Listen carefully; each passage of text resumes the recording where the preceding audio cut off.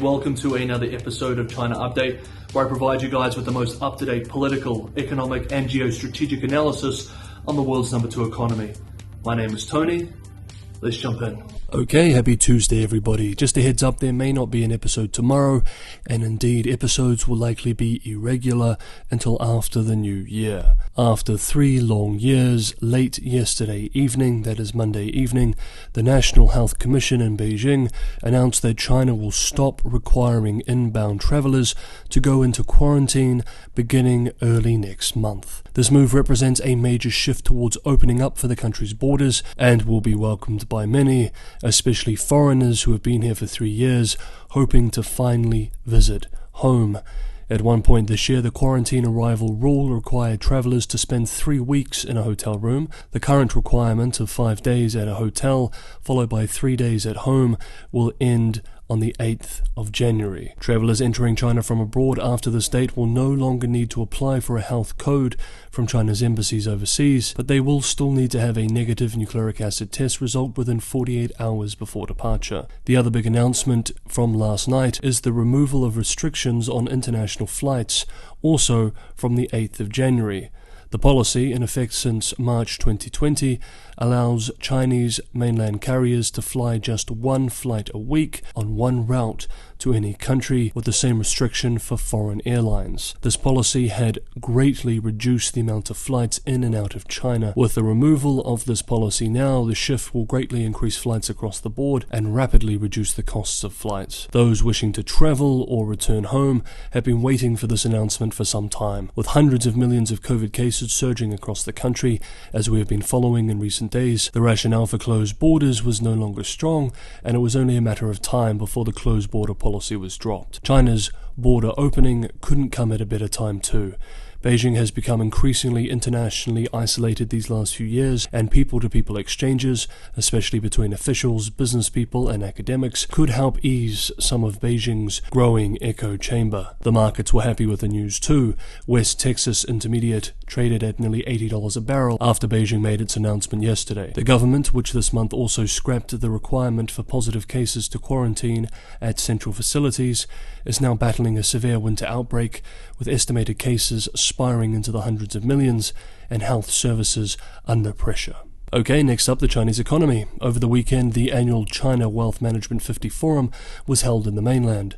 First up for the economy, I wanted to touch quickly on 2 important speeches that were made by policymakers at the forum. The Dean of the School of Economics at Renmin University of China in Beijing warned the audience that China has reached a tipping point where market survival itself is in danger if the anti-pandemic regime is not immediately rolled back. Quote, "The system formed to fight the pandemic over the past 3 years, to a large extent, represented a return to the administrative system of governance and withdrawal from the market-oriented system." End quote. He added that if China does not shift away from this, quote, wartime system, end quote, then, quote, it will be difficult for the economy to function as usual, end quote. And he advised that the primary task for 2023 should be to completely dismantle the, quote, extreme aspects of the anti-pandemic regime. End quote. This warning comes as Beijing is indeed rapidly dismantling its zero-COVID policy, and the economy is expected to finish 2022 at its slowest pace in more than 4 decades, if we exclude the also poor 2020 performance. Many analysts estimate GDP growth will fall to a debt-financed 3% this year, from 8.1% in 2021. The International Monetary Fund cut its 2022 growth forecast for China to just 3.2%. Of course, this warning from Mr. Liu does not mean that Beijing should not resource itself for the coming waves. He expressed that, quote, the medical and humanitarian systems also need to play a part. End quote.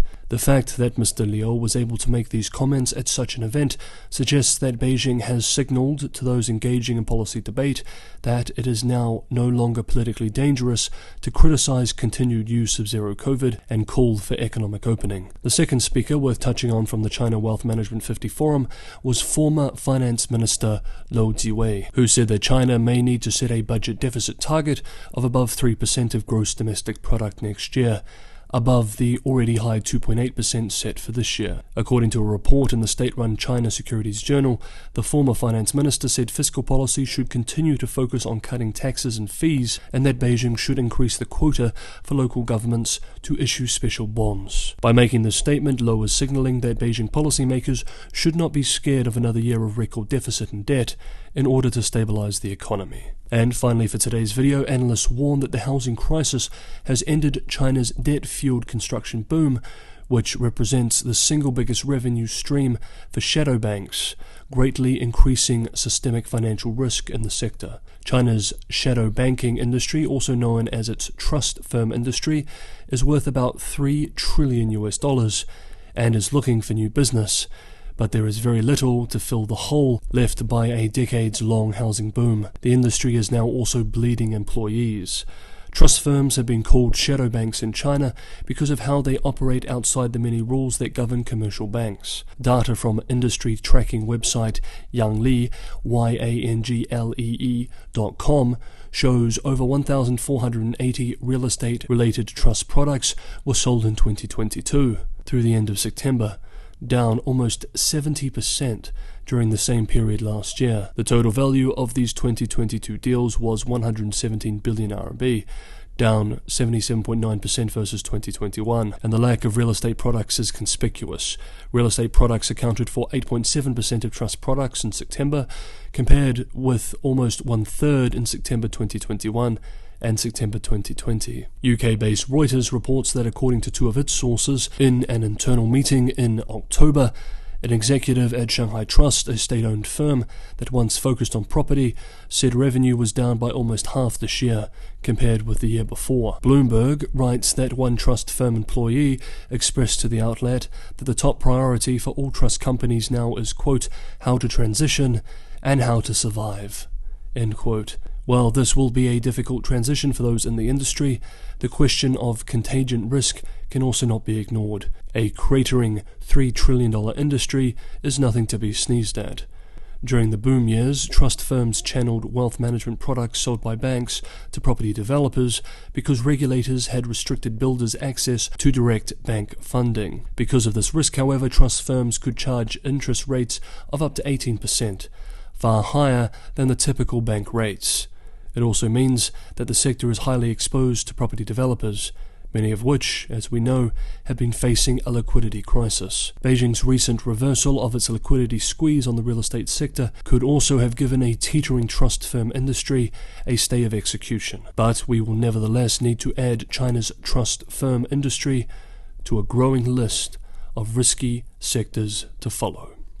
Okay, thank you for watching today's episode of China Update. My apologies for my voice, I'm still a little bit under the weather. Like I said at the beginning of the episode, there will not be regular episodes of China Update until after the new year, but I will try to get up episodes at least every second day. If you enjoyed the episode, don't forget to hit that like button.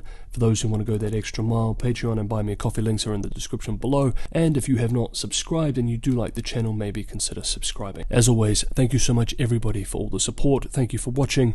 Hope you're having a lovely day wherever you are. And I will see you next time on China Update.